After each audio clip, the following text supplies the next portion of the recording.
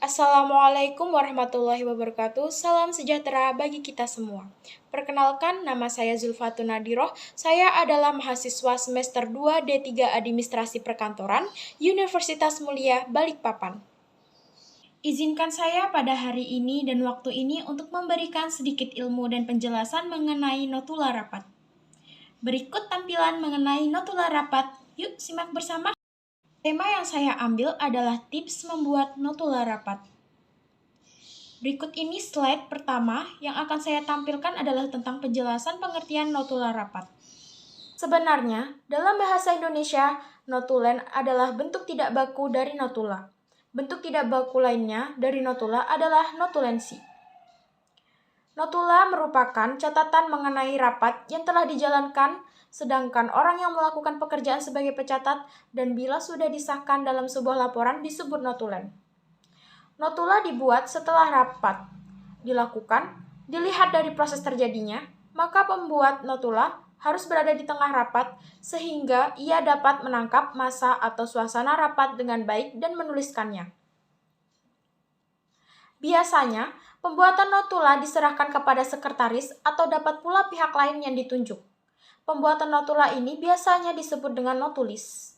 Sedangkan pengertian dari rapat, conference atau meeting, merupakan alat atau media komunikasi kelompok yang bersifat tatap muka dan sangat penting diselenggarakan oleh banyak organisasi, baik swasta maupun pemerintah, mendapatkan mufakat melalui musyawarah untuk pengambilan keputusan.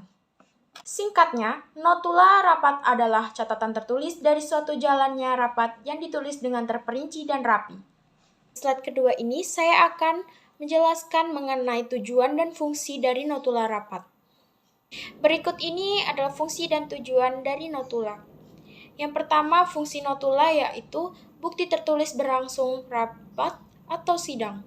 Yang kedua, tolak ukur keberhasilan tujuan rapat. Yang ketiga, tolak ukur pengambilan tindakan setelah rapat. Untuk tujuannya, yaitu yang pertama, bukti terlaksananya rapat. Yang kedua, sumber informasi rapat yang telah kredibel atau meyakinkan. Yang ketiga, tolak ukur pengambilan keputusan. Secara singkat, notula berfungsi dan bertujuan sebagai alat dokumentasi suatu rapat. Hal ini berguna untuk memudahkan peserta mengetahui jalannya rapat dari awal sampai akhir, apa saja yang dibahas dalam rapat, serta keputusan apa yang dibuat.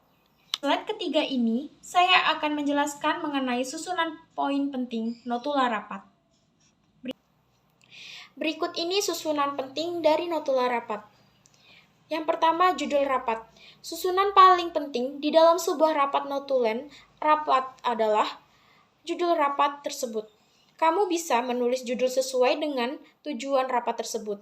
Dengan adanya judul rapat, kamu bisa mencari arsip atau dokumen ini secara mudah. Yang kedua, waktu dan tempat rapat. Setelah judul, kamu juga perlu menyusun waktu dan tempat rapat sesuai dengan kegiatan rapat yang dilaksanakan secara rinci dan berurutan. Yang ketiga, daftar anggota rapat. Dengan menyusun siapa saja yang hadir ke dalam rapat, kamu akan lebih mudah untuk mengetahui peserta yang tidak hadir dan memberikan informasi terkait rapat yang telah dilaksanakan ke orang bersangkutan. Yang keempat, tujuan rapat. Selanjutnya, kamu juga perlu menuliskan tujuan diadakannya rapat tersebut. Apakah membahas tentang suatu topik, atau perubahan struktur organisasi, pembuatan acara, atau yang lainnya.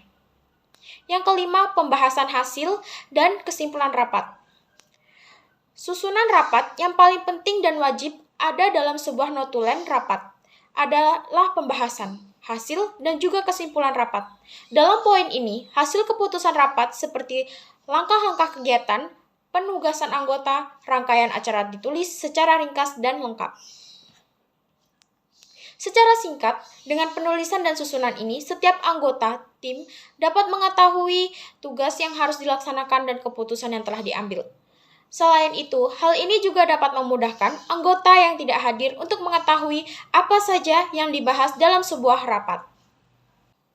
Yang keempat, ada hal-hal yang harus dipertimbangkan dalam pembuatan notula rapat. Berikut ini apa yang harus diperhatikan. Yang pertama, ringkas, jelas, dan lengkap sehingga mudah dipahami dan tidak menimbulkan penafsiran yang berbeda-beda. Yang kedua, dibuat untuk berdasarkan pemikiran notulis. Yang ketiga, jika ada usulan atau tanggapan terhadap masalah, cara penulisannya dapat dipisahkan supaya tidak membingungkan. Yang keempat, perlu diadakan antara materi yang berupa penyajian, pertimbangan khusus, serta materi berupa keputusan. Yang kelima, menggunakan bahasa yang lugas dan langsung pada pokok pembicaraan. Di slide kelima ini, ada komposisi notula. Apa sih komposisi notula itu? Jadi, komposisi notula itu terdiri dari pembuka notula yang berisi tentang nama atau topik yang dibahas dalam pertemuan tersebut, tanggal pelaksanaan, waktu dan jam implementasi, tempat acara, dan unsur apa saja yang terlibat dalam pertemuan tersebut. Yang kedua, ada isi risalah rapat. Isi risalah rapat ini ada kata sambutan, membaca keputusan, dan tutup waktu atau jam. Yang terakhir, ada notula rapat. Akhir notula rapat ini, di bagian ini Anda harus menuliskan apa yang dibahas dalam catatan tertulis tentang pertemuan tersebut. Dalam risalah rapat, harus dilampirkan judul, jabatan, tanda tangan, dan nama pengurus, jabatan, atau rencana pelaksanaan nasional. Di slide ke-6 ini, saya akan menerangkan tentang tips membuat notula rapat yang baik, benar, dan efektif. Berikut ini susunan tips membuat notula rapat yang baik dan benar efektif. Yang pertama, lakukan persiapan agar kamu dapat membuat notulen rapat dengan lebih efektif. Pastikan sebelum rapat dimulai, kamu sudah mengetahui agenda rapat yang akan dibahas. Siapkan alat tulis atau laptop yang akan kamu gunakan selama membuat notulen rapat. Bila perlu, siapkan pula alat perekam suara. Hasil rekaman rapat dapat digunakan sebagai rujukan atau klarifikasi terhadap detail informasi yang mungkin kamu lewatkan sebelumnya. Yang kedua, catatan siapa saja yang hadir. Catat siapa saja yang hadir. Jangan lupa untuk mencatat setiap peserta yang datang, maupun peserta yang sudah diundang namun berhalangan hadir. Yang ketiga, tuliskan poin-poin penting selama rapat. Meskipun tugasmu adalah membuat catatan terhadap jalannya rapat, bukan berarti kamu harus mencatat semua hal yang terjadi secara detail. Fokuslah pada percakapan yang berlangsung selama rapat, lalu tuliskan ide-ide utama dan poin-poin penting yang mencakup.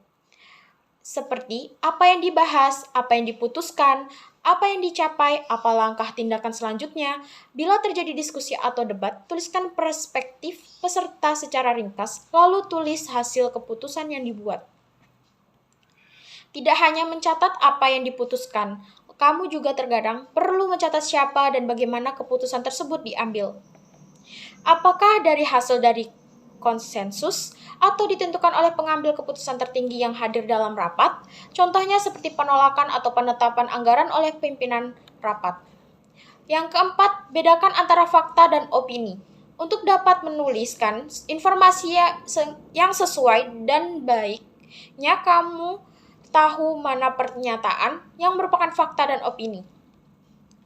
Tujuan dari adanya notulen ini berpegang pada fakta, bukan opini. Dan kamu bisa menggunakan alat perekam yang ada sebagai informasi tambahan. Dengan hanya menuliskan fakta, poin-poin akhir meeting juga akan menjadi lebih sederhana dan jelas. Yang kelima, buatlah langkah-langkah secara rinci. Pastikan untuk mencatat secara rinci tindakan apa yang harus diambil setelah rapat selesai. Hal ini termasuk siapa saja yang bertanggung jawab untuk setiap tindakan tersebut, sumber daya apa yang dibutuhkan, kapan aksi tersebut dimulai dan berakhir, kapan peserta rapat harus melakukan peninjauan terhadap perkembangan dari tindakan tersebut. Yang keenam, lakukan pengecekan terakhir kali.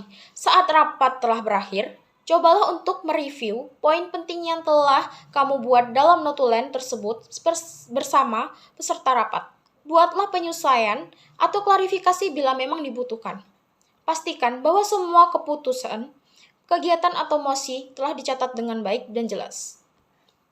Yang ketujuh, kirimkan segera. Setelah melakukan pengecekan, pastikan notulen rapat telah ditulis secara jelas dan tepat. Lalu kirimkanlah hasil minutes of meeting itu kepada semua peserta rapat yang hadir maupun yang berhalangan hadir.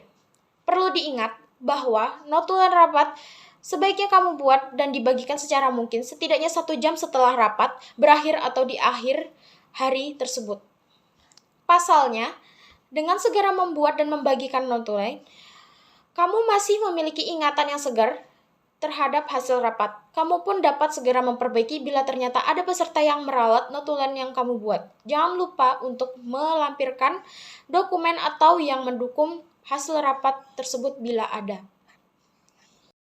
Sekian presentasi saya. Mohon maaf bila ada salah kata. Wassalamualaikum warahmatullahi wabarakatuh.